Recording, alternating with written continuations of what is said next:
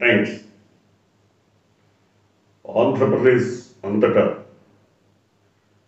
పెచ్చరిల్లిన హింస, పెచ్చరిల్లిన దౌర్జన్యాలు, దాడులు ఒకటి కాదు. అటవిక పాలన సాగుతోందా, రాక్షస పాలన సాగుతోందా? గతంలో సైకో పాలన, సైకో ముఖ్యమంత్రి. ఇప్పుడేమనాలి? కిరాతక ముఖ్యమంత్రి, రాక్షస పాలన, ఇవే చెప్పుకోవాలి కదా.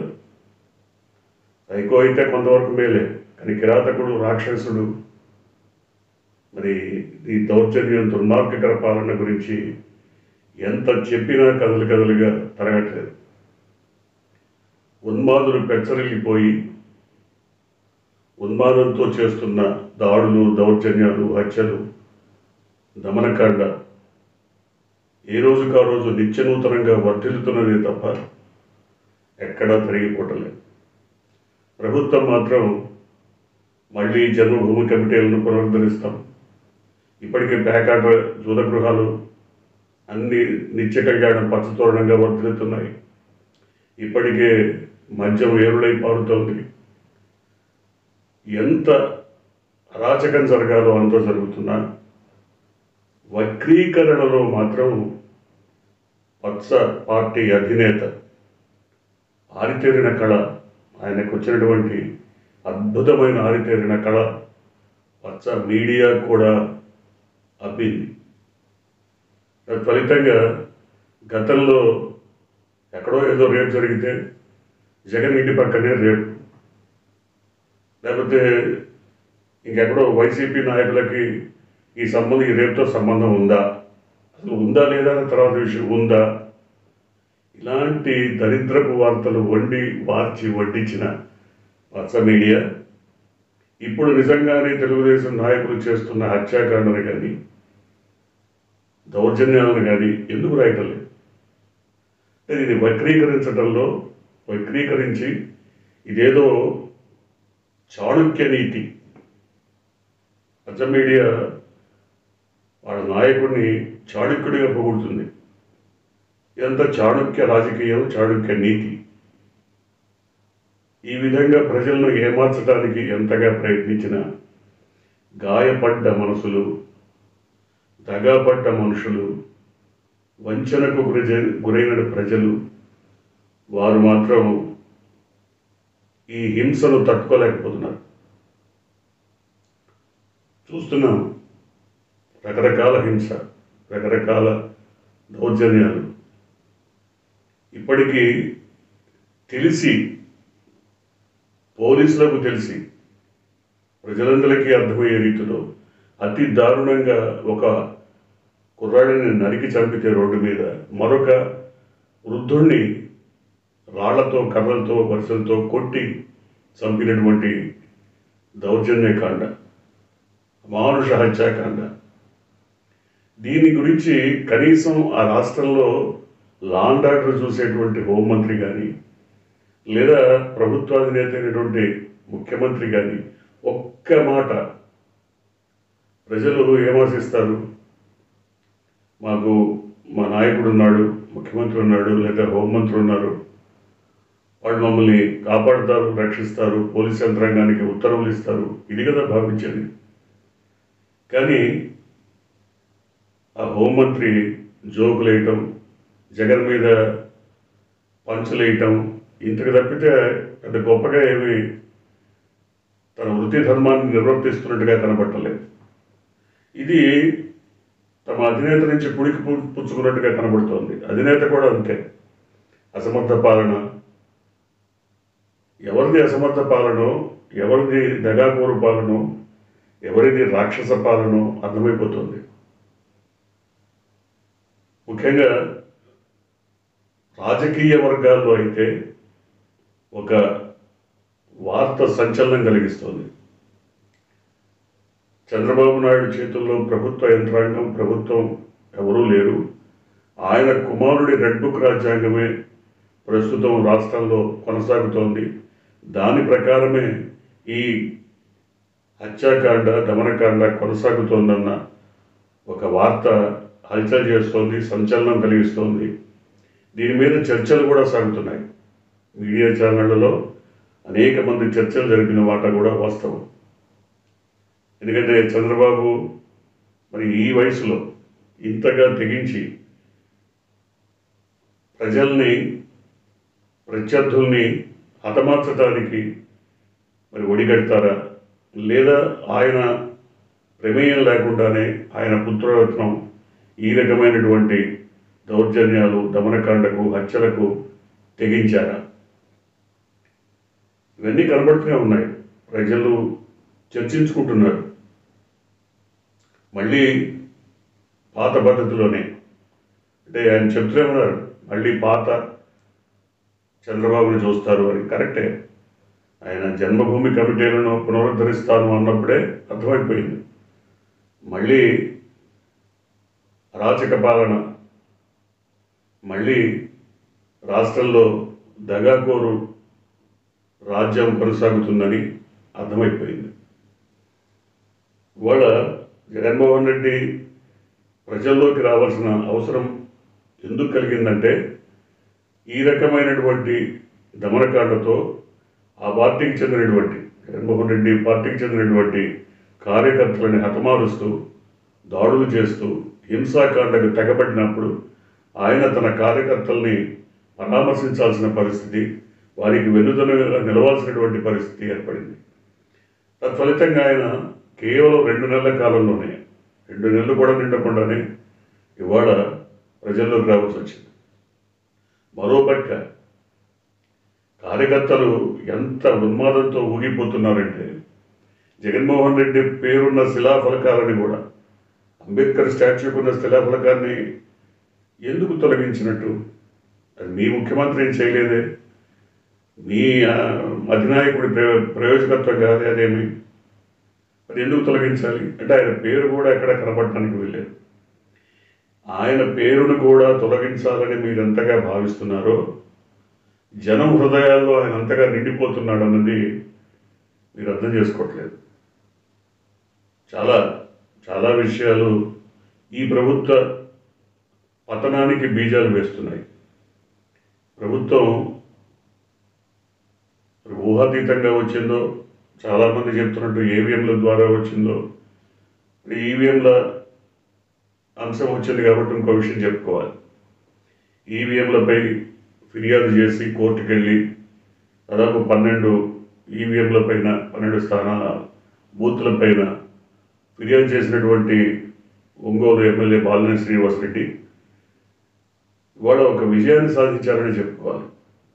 దాదాపుగా ఒక్కొక్క ఈవీఎం పైన దాదాపు 47,000 దాదాపుగా కట్టాలి.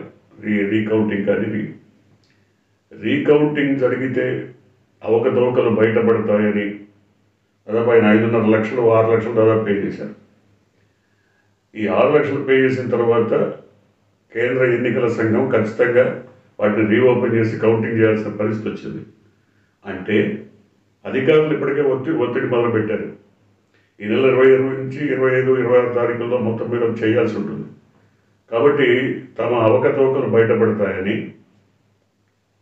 ఆయన మీద కేంద్ర మంత్రుల స్థాయిలో, కేంద్ర అధికారుల స్థాయిలో ఒత్తిడి, రాష్ట్రంలో ఉన్నటువంటి వాళ్ళు కాకుండా అక్కడ వాళ్ళు బెదిరింపులు, అదిరింపులు, ఒత్తిళ్లు చేసి మీరు మీ ఫిర్యాదుని వెనక్కి తీసుకోండి. నిజానికి ఈ అవకతవకలు బయటపడే పరిస్థితి నేపథ్యం ఉంది కాబట్టి మళ్ళీ రీపోలింగ్ జరిగే అవకాశం ఉందని కూడా వార్తలు వస్తున్నాయి. అంటే ఎవరో ప్రజలందరూ అనుకుంటున్నట్టుగా ఇది ఈవీఎం ముఖ్యమంత్రి, ఈవీఎం ప్రభుత్వమే. ఇదే కనుక నిజమై శ్రీనివాసరెడ్డి, బాలినేని శ్రీనివాసరెడ్డి కోరినట్టుగా ఆ 12 ఈవీఎంలను రీకౌంటింగ్ జరిపి వాటిలో అవకతవకలు గుర్తించి బయటపెడితే మాత్రం మొత్తం అన్నింటి మీద అడుగుతారు. అప్పుడు చాలా విషయాలు బయటకు వస్తాయి, చాలా గందరగోళం జరిగేటువంటి పరిస్థితి. సో అందువల్ల ఇప్పటి నుంచి అధికారులు ఒత్తిడి పెంచారు. తమ గుట్టు రట్టవుతుంది, ఈ ప్రభుత్వం ఈవీఎంలతో వచ్చింది, మనం అది చాలా వార్తలు వస్తున్నాయి. పేద ప్రజలు అని కొట్టుకోవాల్సిన పని లేదు. ఏదో దళితులు, నా పేదలు, నా మైనారిటీలు, నా ఎస్సీలు, నా ఎస్టీలు అని గత ముఖ్యమంత్రి పాకులాడితే ఆయనకు వచ్చింది ఏంటి? 11 స్థానాలే కదా. మనమెందుకు అంతగా బాధపడాలి? మనమేం బాధపడక్కర్లేదని సాక్షాత్తు ముఖ్యమంత్రి చెప్పినట్టుగా వార్తలు వస్తున్నాయి. అంతేకాదు వాళ్ళని ఈ పేద బడుగు బలహీన వర్గాల కోసం తాపత్రయపడితే మనకు వచ్చేది లేదు, చచ్చేది లేదు, ఏం మంచి పేరు కూడా రాదు అని అన్నట్టుగా వార్తలు వస్తున్నాయి. నిజమో కాదో తెలియదు.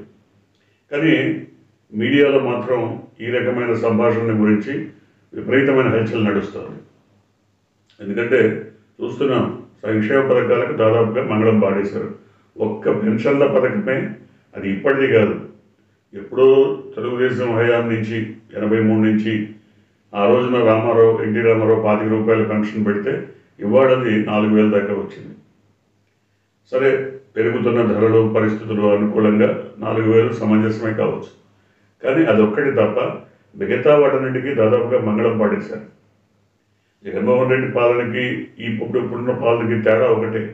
జగన్మోహన్ రెడ్డి పాలన ప్రారంభించిన రోజు నుంచి వినూత్నంగా ప్రజలకు తనదైన శైలిలో పథకాలు అందిస్తూ పోయారు. వాళ్ళు ఆర్థికంగా నిలదొక్కుకోవడానికి చేయూతనిచ్చారు, ఆర్థికంగా అంతో ఇంతో సహకరించారు. సో తద్వారా వాళ్ళ ఆర్థిక స్వావలంబన ఏర్పడటం వల్ల సమాజంలో వాళ్ళకి గుర్తింపు పెరిగింది, కొంత గొప్ప వాళ్ళ జీవన స్థాయి పెరిగింది. తత్ఫలితంగా అనేక రంగాలు కుదురుకున్నాయి. సో ఇటువంటి ఒక వ్యూహం లేకుండా ఇవాళ ఇష్టం వచ్చినట్టు సూపర్ 6 అని, షణ్ముఖ వ్యూహం అని ప్రకటించి వాటన్నిటికీ మంగళం పాడారు. దాదాపుగా ఈ వ్యూహాలన్నీ పక్కన పెట్టి సంక్షేమ పథకాలను పూర్తిగా అటకెక్కించే అవకాశం కనబడుతుంది. చెప్పేస్తున్నారు ఇప్పటికే, మా దగ్గర డబ్బులు లేవు, మేము ఇవ్వలేము, మేము చేయలేము. కానీ ఇదే రకమైన బడ్జెట్తో, ఇదే రకమైన ఆదాయంతో జగన్మోహన్ రెడ్డి మాత్రం ఒక పక్క అభివృద్ధి చేస్తూనే మరో పక్క సంక్షేమ పథకాలను ఎక్కడ ఆగకుండా నేరుగా లబ్ధిదారుల అకౌంట్స్లోకి వెళ్ళిపోయేట్టుగా సంక్షేమ పథకాలు అందించారు. సరే, ప్రజలు ఓట్లేయలేదా, లేదా ఈవీఎంల మహిమ మరొకట అనేది భగవంతుడికే తెలియాలి. కానీ జగన్మోహన్ రెడ్డి ఓడిపోవటం వల్ల ప్రజలకు దుర్మార్గ పాలన ఎలా ఉంటుంది, అరాచక పాలన ఎలా ఉంటుంది, రాక్షస పాలన ఎలా ఉంటుంది రుచి చూసేటువంటి అవకాశం, తెలుసుకునేటువంటి అవకాశం దక్కింది. చూద్దాం. ఇప్పటికైతే ఇవాళ జగన్మోహన్ రెడ్డి కర్నూలు వెళ్ళారు. నంద్యాల జిల్లాలోని సీతారాంపురంలో పెద్ద సుబ్బారెడ్డిని దారుణంగా హత్య చేసిన పరిస్థితి తర్వాత ఆ కుటుంబాన్ని పరామర్శించడం కోసం ఇవాళ జగన్మోహన్ రెడ్డి అక్కడికి వెళ్ళారు. ఎక్కడ చూసినా, ఆయన ఎక్కడికి వెళ్ళినా విశేషమైనటువంటి ప్రజాదరణ, అద్భుతమైనటువంటి ప్రజల ఆదరణ దక్కుతూనే ఉంది. ఇవాళ కూడా చూసాం, అద్భుతమైనటువంటి ప్రజాదరణ దక్కింది. మొన్న విజయవాడలో వచ్చినా, ఇవాళ నంద్యాల వెళ్ళినా, మరొక చోటికి వినుకొండ వెళ్ళినా, ఎక్కడికి వెళ్ళినా ఆయనేం బొట్టు పెట్టి ఎవరిని పిలవట్ల, పిలిపేవి ఇవ్వట్ల, మీరు రండి, నా కోసం రండి అని. లేదా వాళ్ళ నాయకులు కూడా చెప్పట్ల, ఎవరు రమ్మని పిలవట్లేదు. కానీ స్వచ్ఛందంగా వేలాది మంది తరలొస్తున్నారు. ఇదే ఈ ప్రభుత్వ వ్యతిరేకతకు నిదర్శనం. ఈ ప్రభుత్వ దమనకాండకు, దౌర్జన్యకాండకు వ్యతిరేకంగా ప్రజలు సమాయత్తమవుతున్నారనడానికి ఇదే నిదర్శనం. ఇప్పటికీ ప్రభుత్వం తన వైఖరి మార్చుకోకపోగా ఇంకా ఇంకా ఇంకా ఇదే రకమైన దౌర్జన్యకాండలు, దమనకాండ, హత్యలతో ముందుకు వెళ్ళాలని ఒకవేళ భావిస్తే ఎప్పుడప్పుడు తిరగబడక తప్పదు. ఎంతకాలం సహిస్తారు ఎవరైనా? ఎప్పుడప్పుడు ఒక 6 నెలల, లేకపోతే 3 నెలల, ఏడాది, ఎప్పుడో తెలియదు. తిరుగుబాటు వచ్చిందంటే మాత్రం చాలా దుష్పరిణామాలు, దుర్ఘటనలు రాష్ట్రంలో జరిగేటువంటి అవకాశం ఉంది. ఈ విషయాన్ని జగన్మోహన్ రెడ్డి కూడా చెప్తున్నారు. మా సహనాన్ని పరీక్షించద్దు, ప్రజలు తిరుగుబాటు చేస్తే దాన్ని నేను కూడా ఆపలేను. కాబట్టి అంతదాకా తీసుకురావద్దు అని ఆయన కూడా చెప్తున్నారు. చూద్దాం మరి ప్రభుత్వం తన వైఖరిని మార్చుకుంటుందో లేదో.